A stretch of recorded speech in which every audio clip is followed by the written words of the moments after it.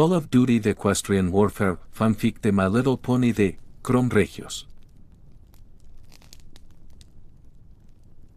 Capítulo 2. Un ala y una oración. Con una despedida seca, Daskas sale de la cueva para buscar comida, tomar un poco de aire y procesar todo lo que estaba ocurriendo, internándose solo en el crepúsculo del bosque, hablando consigo mismo por el camino. Armas nucleares, accidente de helicóptero, ponis que hablan, serpientes gigantes de múltiples cabezas. El que sigue, murmura el oficial marine, que se siente cualquier cosa menos al mando, con su comprensión de la realidad apenas sosteniéndose. Pensando sin parar en el día anterior y en todo lo que la yegua parlante les había contado antes. Vaya, tengo que dejar de tomar café cargado en medio de la noche. Me hace ver cosas realmente raras, se dice a sí mismo, todavía pensando a medias y esperando que todo sea un sueño y que esté a punto de despertar de vuelta en la base, preparándose para la acción del día. Prefiero enfrentarme a una bomba nuclear rebelde que a esto, añade mentalmente, porque al menos una bomba nuclear es algo conocido. Este extraño mundo nuevo en el que se encuentra, decididamente no lo es. Mientras la increíble falta de lógica de la situación sigue pesando sobre él, Daskas intenta sacudirse la sensación de locura que se va infiltrando lentamente en su mente. Mientras camina por el bosque, tropieza con lo que parece ser una mochila de dotación de los Marines. Pensando que alguien simplemente la dejó allí, se acerca y la examina bajo el resplandor de su linterna.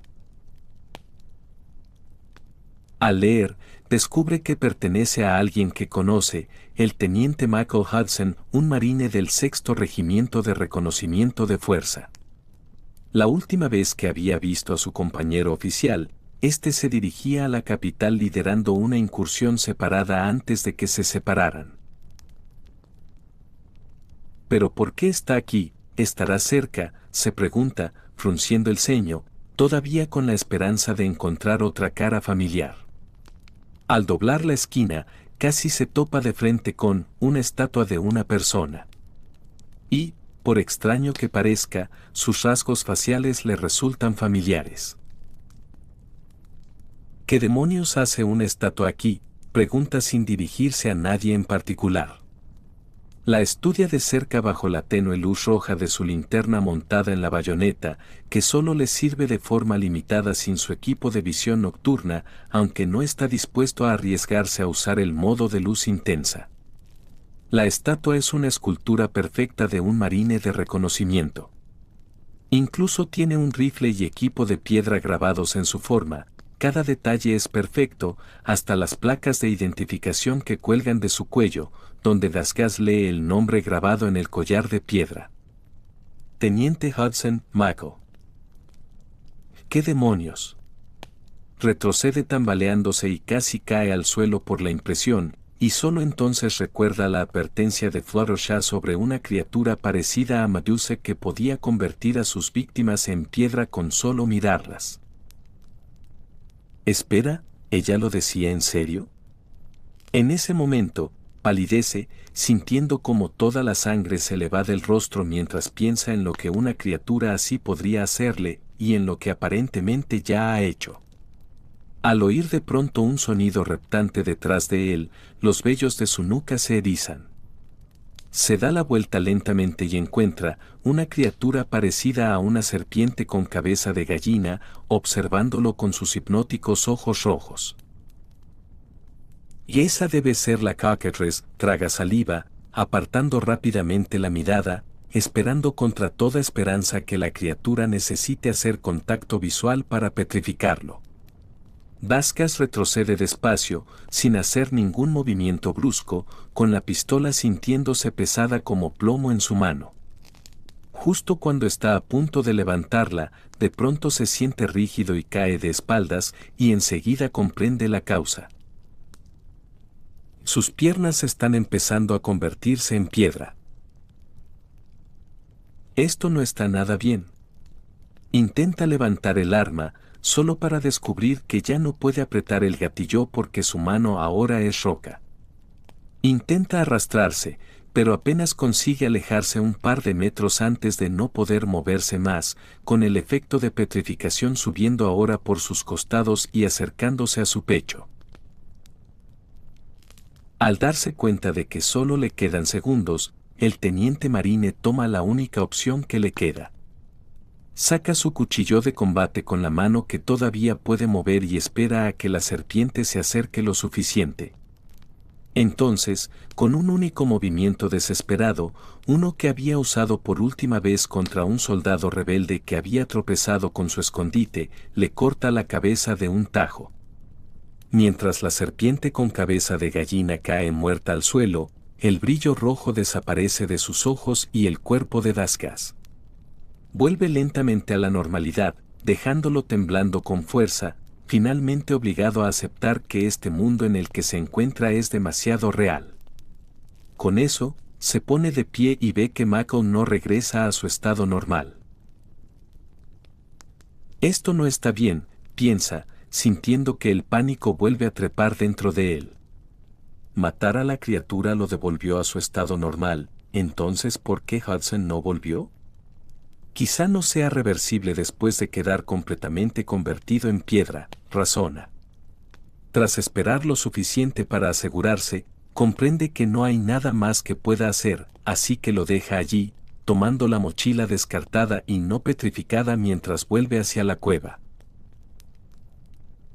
Intentando distraerse de sus miedos y pensamientos frenéticos, Daskas piensa en su pasado, cuando fue asignado por primera vez a la 4ª División de Infantería de Marines como subteniente recién salido de la escuela de candidatos a oficiales en Juan Deco.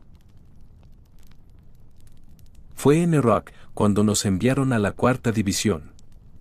Vaya, esos sí eran tiempos. No quisiera ser esos pobres desgraciados ahora mismo. Probablemente ya tuvieron suficiente de arrastrarse por el lodo, entrenar bajo la lluvia, correr bajo el maldito sol ardiente, demonios, quizá Dirk siga allí, por lo que sé, se dice mientras trota por el sendero hacia la cueva, esforzando los ojos para detectar cualquier otra amenaza posible en el rayo rojo de su linterna, que apenas corta la oscuridad casi total del bosque. Básicamente, era un infierno. Dirk era nuestro oficial al mando en el campamento, y nadie se metía con él. Era el marine más duro y más rudo de nuestro búnker, siempre con cosas como «Eches y esto» y «Eches y aquello, hombre». Si tenías más agallas y menos orgullo que el otro tipo, al menos podrías salir vivo del campamento, o podrías terminar recibiendo un disparo por desobedecer una orden directa de un superior. Sacude la cabeza ante el recuerdo. Sé que dispararle a un soldado es injusto, especialmente cuando la orden misma también lo es. Pero, oye, como él siempre decía, esto no es un jardín de niños, muchacho. Estamos en guerra y no necesitamos a gente de mente débil en nuestro cuerpo. Ese era su lema, y por duro que fuera, no había duda de que obtenía resultados. Sigue caminando mientras recuerda sus antiguas asignaciones con Dirk, quien en muchos sentidos se convirtió en su mentor. Cuando da asignaciones, se las toma a Miua en serio. Un movimiento en falso y vas directo a la caja. Lo mismo pasa con el tiempo, si quiere algo para una hora determinada, realmente lo dice en serio y no escucha tus excusas. Algunos dicen que es un negrero. Pero no sé, para mí es más como un capataz. Mientras avanza de regreso, algo más llega a sus oídos, un roce amortiguado de movimiento entre la hierba alta más abajo del sendero. Apaga rápidamente su linterna e investiga el ruido, con la pistola desenfundada y lista para disparar, sin correr riesgos después de su encuentro cercano con la cockatriz. Sigue la fuente del sonido hasta un pequeño claro en el bosque. Y se oculta detrás de la línea de árboles justo fuera de su perímetro, deseando que sus gafas de visión nocturna funcionaran mientras examina los alrededores oscurecidos en busca de cualquiera que pudiera estar allí. Justo entonces nota lo que parece ser un perro grande, erguido y parcialmente vestido, saliendo de un túnel oculto, caminando sobre sus patas traseras.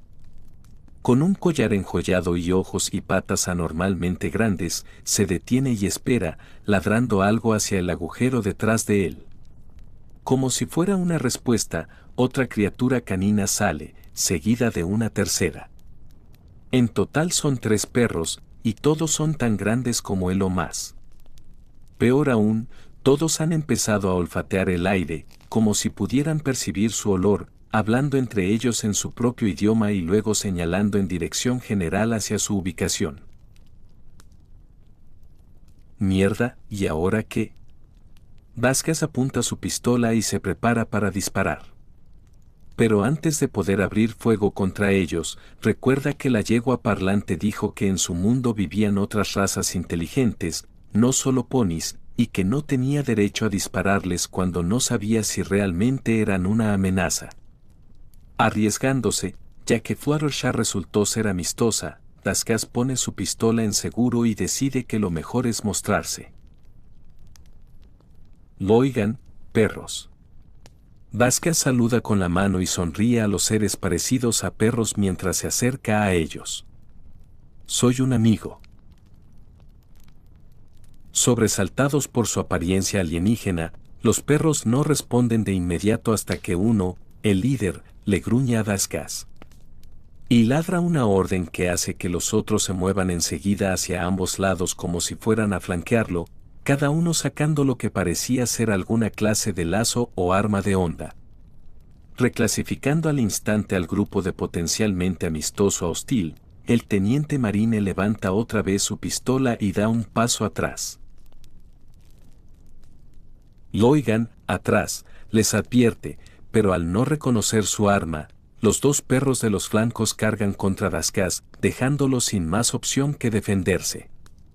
Dispara 3 veces contra el de la izquierda y una bala le da en la cabeza, matándolo en el acto, antes de girar la pistola hacia la derecha y meterle media docena de balas al de ese lado, derribándolo justo antes de que alcance al teniente Marine.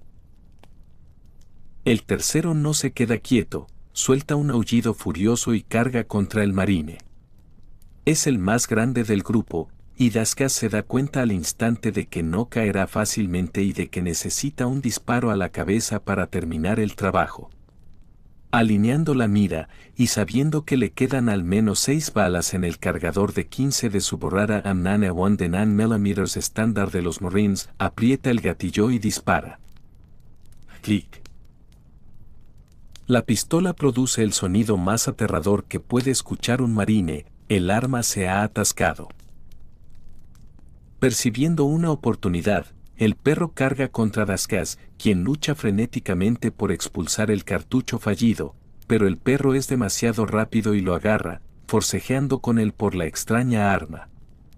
Vasquez lucha por liberarse del agarre increíblemente fuerte del perro, que muestra los dientes e intenta alcanzar su garganta mientras sus garras empiezan a clavarse en su carne.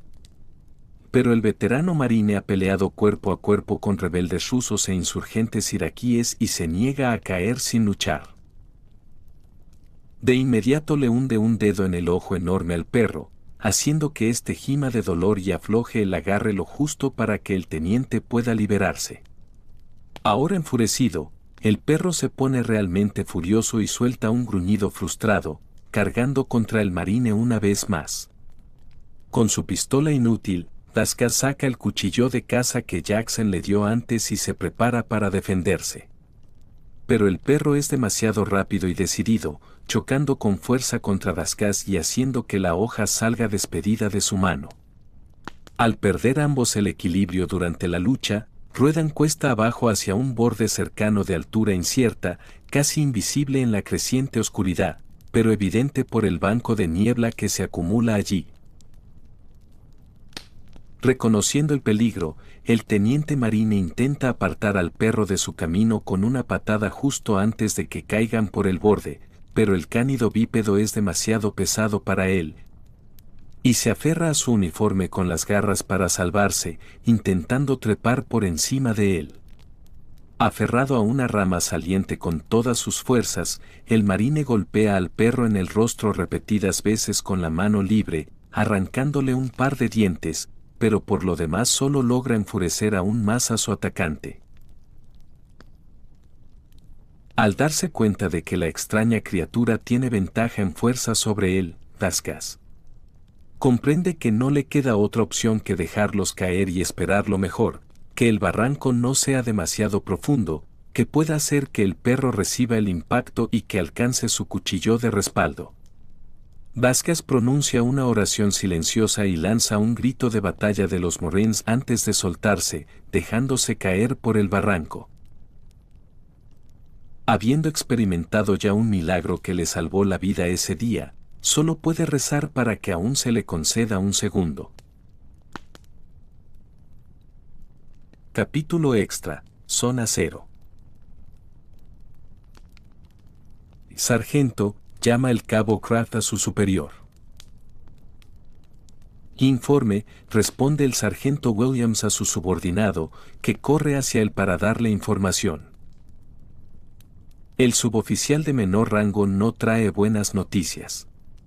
Señor, hemos revisado y vuelto a revisar el perímetro de la explosión buscando los cuerpos del equipo desaparecido, pero no hay nada allí, no podemos encontrar ningún rastro del teniente Vasquez ni del sargento Paul Jackson, señor.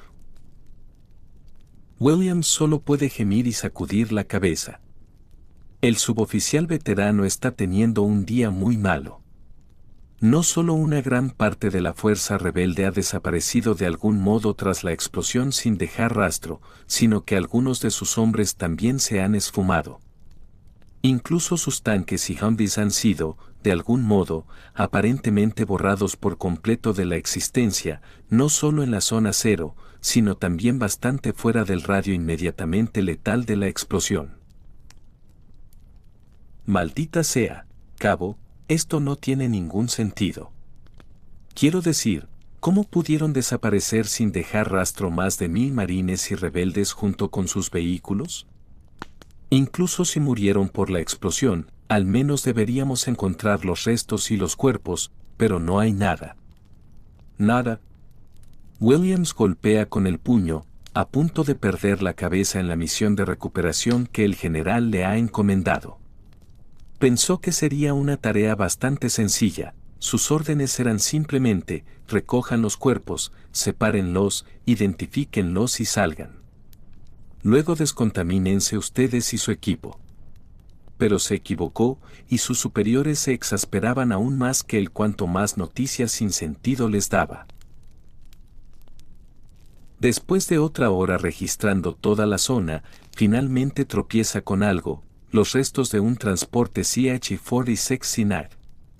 Consulta la identidad del helicóptero caído mediante su enlace con Bestblade, revisa su último conjunto de órdenes y descubre que estaba asignado al desaparecido teniente Vasquez del primer reconocimiento de fuerza del Cuerpo de Marines de Estados Unidos, que se había estrellado tras el ataque nuclear.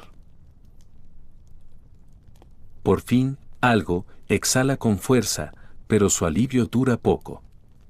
Pero si este es su transporte, entonces ¿dónde están sus cuerpos? Williams permanece en el mismo lugar donde supuestamente murió Jackson mientras contempla el cielo, preguntándose qué habrá sido de su amigo.